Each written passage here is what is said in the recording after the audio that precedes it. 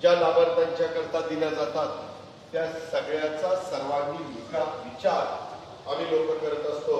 आणि त्याच्यामुळं मी विजय सिंह पंडितांना सांगू इच्छितो की मी देखील माझं ऑफिस या हद्दवाढीच्या संदर्भातले काम आमचे उपमुख्यमंत्री स्वतः एकनाथराव शिंदे साहेबांच्याकडे येतं। मी त्यांना सांगून या कामाला कशी तातडीने मंजुरी मिळवून देता येईल अशा प्रकारचा प्रयत्न निश्चितपणे त्या बाबतीमध्ये करेल।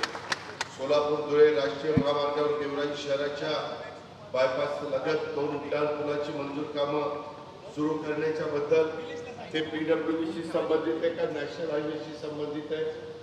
तर नॅशनल हायवेशी असेल तर गडकरी साहेबांना मी 24 तारखेला दिल्लीला चाललोय, 25 तारखेला देवेंद्र फडणवीस मी आणि एकनाथराव अशी आमची बैठक पंतप्रधानांनी एनडीएचे जी राज्य त्या राज्यामध्ये असणाऱ्या सर्व मुख्यमंत्री आणि उपमुख्यमंत्र्यांना बोलवलेलं आहे। आणि त्याच्यामुळं 25 तारखेला या सगळ्या मान्यवरांची आमची भेट होईल।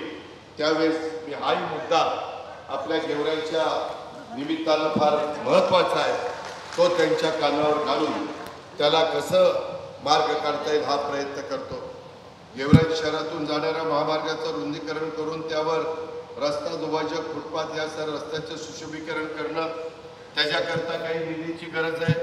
गेवराई शहरातलं अचानक नगर भागातील रहिवाशांना भागीदारी तत्वावर घरकुल योजना मंजूर करणं, निवारा देणं, अफोर्डेबल हाऊसिंग प्रोजेक्ट तो पण राज्य सरकारचा कार्यक्रम आहे। त्याही बाबतीमध्ये आम्ही तुम्हाला मदत करतो।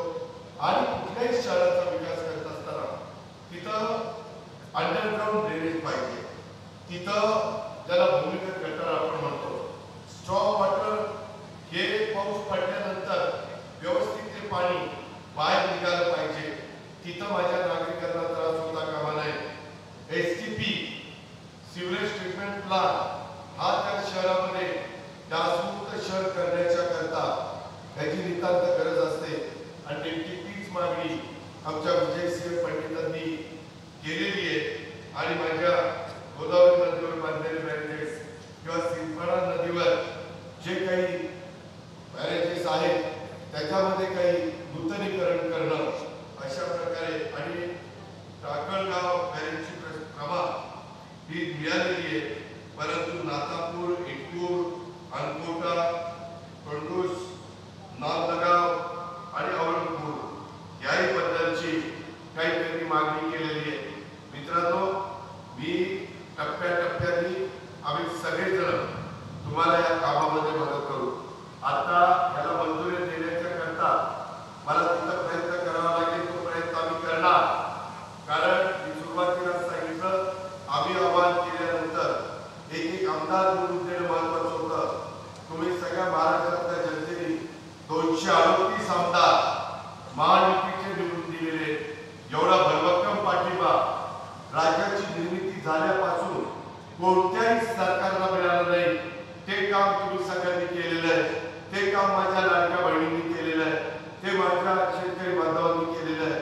त्याच्यामुळं आपण काळजी करू नका। आपल्या लाडक्या बहिणीला 1,500 रुपये महिना देणं ही पण योजना विरोधक वेगवेगळी टीका टिप्पणी करतात। मी अर्थमंत्री यांना तरी जबाबदारीनं सांगतो, त्या सगळ्या मान्यवरांच्या साक्षीनं सांगतो की ती योजना आम्ही बंद होऊ देणार नाही। माझ्या शेतकऱ्यांना 3, 5, 7.5 हॉर्सपावरच्या मोफत वीज बिल याही करता राज्याच्या तिजोरीत आम्ही महावितरणला पैसे देऊ, परंतु ती पण योजना चालू ठेवू याही बद्दलचा विश्वास मी आपल्या सगळ्यांना देऊ इच्छितो। मित्रांनो, बीड जिल्हा सामाजिक एकात्मतेच्या आणि विविधतेच्या ऐक्याचा एक उत्तम प्रकारचा नमुना आहे। येथील जनता कष्टाळू आहे, शांतताप्रिय आहे, मात्र गेल्या काही दिवसापासून काही समाज विघातक प्रवृत्ती समाजामध्ये जाणीवपूर्वक फूट पाडण्याचा प्रयत्न करतात। या निमित्तानं मला गेवराईकरांना, माझ्या बीड जिल्ह्याला स्पष्टपणे सांगायचं आहे, कोणालाही बीड जिल्ह्याची चुकीची ओळख निर्माण करून दिली जाणार नाही। जर कोणी तसा प्रयत्न केला तर आपण सर्वजण एकजुटीनं त्याला विरोध केला पाहिजे। जात, धर्म, भाषा, प्रांत अशा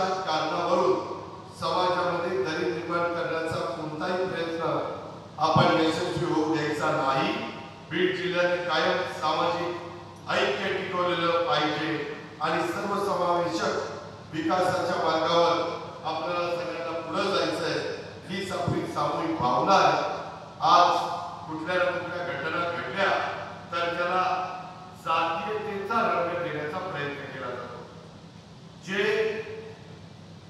अतिशय चुकीच्या पद्धतीने वागणारी माणसं, विकृत लोक आहेत, त्यांना जात नसते, ते त्यांचा विचार करत असतात. सर्वसामान्य कष्टकरी शेतकरी माता भगिनी तरुण यांनी काळजी घेण्याचं काम आम्ही पहिल्यापासून करतोय. सर्व धर्म समभाव आणि सामाजिक न्याय हेच आमचं महायुतीचं धोरण आहे. नव महाराष्ट्राचे शिल्पकार स्वर्गीय यशवंतराव चव्हाण साहेबांच्या विचारावर चालणारे आम्ही लोक आहोत. त्यामुळं राष्ट्रवादी काँग्रेस पक्षाने प्रत्येक समाजाला न्याय मिळावा, सर्व जाती धर्माच्या लोकांना समान संधी मिळावी अशी कायम भूमिका घेतलेली आहे. या निमित्तानं मला एक सांगायचंय की धर्मात समाजात जातीमध्ये कोणी भेद करण्याचा प्रयत्न करत असेल, आपल्या बीड जिल्ह्याचा सामाजिक सलोखा शांतता बिघडवण्याचा प्रयत्न कोणी करत असेल तर अशा विघातक शक्तींची कोणत्याही परिस्थिती गय केली जाणार नाही. हे या सभेच्या निमित्तानं मी महाराष्ट्राला सांगू इच्छितो, बीडलाही सांगू इच्छितो. चुकीचं काम करणाऱ्या समाजकंटकांना कायद्याच्या माध्यमातून कडक शिक्षा देण्यासाठी आम्ही कटिबद्ध आहोत. कोणत्याही समाजाला आम्ही एकटं पडून दिलं जाणार नाही. महायुतीचं सरकार त्यांच्या मागे ठामपणे उभं राहील ही खात्री देखील मी आपल्याला सगळ्यांना देतो. त्यामध्ये कुठेही आम्ही जर काही लोकांना सवय असेल असं वागायची तर अशांना मकोका लावायला देखील आम्ही मागं पुढं बघणार नाही. बीड जिल्ह्याचा मोठा इतिहास आहे, संस्कृती आहे, परंपरा जिल्हा आहे. काही लोकांच्या चुकीच्या वागण्यामुळं जिल्हा बदनाम करण्याचा प्रयत्न कोणी केला तर तो आम्ही हाणून पाडू. मात्र आपल्याला सर्वांना मिळून ही बीड जिल्ह्याची काही लोकांनी ओळख महाराष्ट्रामध्ये चुकीची केलेली आहे ती आपल्याला पुसायची. आपण सगळ्यांनी मिळून हा गैरसमज दूर करायचा आहे. जिल्ह्याच्या विकासाचा मुख्य प्रवाह आपल्याला या जिल्ह्याला महाराष्ट्रात आणायचा आहे.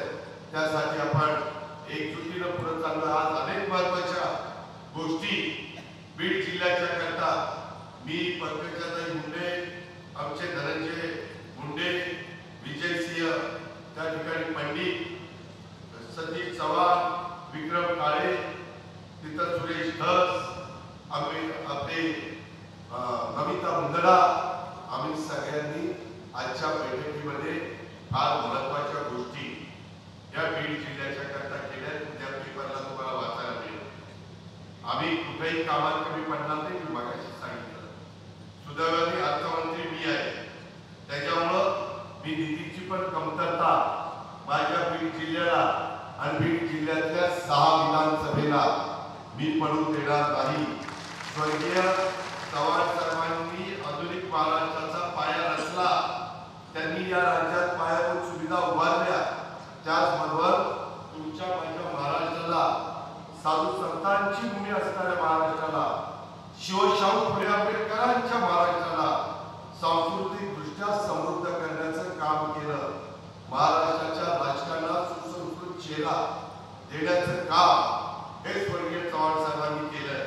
त्यांच्या विचारांचा, विकास कामांचा, सुसंस्कृत राजकारणाचा वारसा हा पुढे देण्याचं काम या पुढच्या काळात आपल्याला सगळ्यांना करायचंय. त्याकरता तुम्ही विजय सिंह पंडित यांना साथ द्या, तुम्ही त्यांना साथ द्या. मी त्यांना राज्य सरकारची पूर्ण ताकद त्यांच्या पाठीशी उभं करण्याचं काम आम्ही करू. त्याबद्दल कुठेही आमच्याकडनं ऐकाय होणार नाही ही खात्री आणि शब्द मी आपल्या सगळ्यांना देतो. आणि आता महेश दाभाडे, SY अन्सारी, सचिन मोठे, कृष्णा मुळे, मंजूर पाटवाल, विलास सुतार, विलास थोरात, प्रकाश गायकवाड, सतीश बापारी या सगळ्या मान्यवर आज राष्ट्रवादी काँग्रेस पक्षामध्ये प्रवेश करतायत. त्यांचं मी मनापासून स्वागत करतो आणि त्यांना कुठेही दुजेपणाची वागणूक आमच्याकडनं सन्मानाने वागवलं जाईल, त्यांचा मान ठेवला जाईल. परंतु त्यांना घेत असताना जुन्यांच्याकडे पण दुर्लक्ष आम्हा लोकांचं होणार नाही, याबद्दलची खात्री मी आपल्या सर्वांना देतो. पुन्हा एकदा आज विजयसिंह पंडितांच्या मदतीनं माझ्या नगर परिषद गेवराईमध्ये विविध विकास कामांचं आणि अतिक्रमण धारकांना हक्काचा पीटीआर देण्याचं ही जी काही कामाचा इथं नारळ फोडलेला आहे, ती सगळी विकासाची कामं अतिशय दर्जेदार क्वालिटीनं मार्गी लावण्याच्या करता आमचे चीफ ऑफिसर आणि त्यांची सगळी टीम काम करेल आणि त्याचा फायदा माझ्या गेवराईकरांना होईल, हा विश्वास तुम्हाला देतो आणि आपल्या सगळ्यांची रजा घेतो. जय हिंद, जय महाराष्ट्र.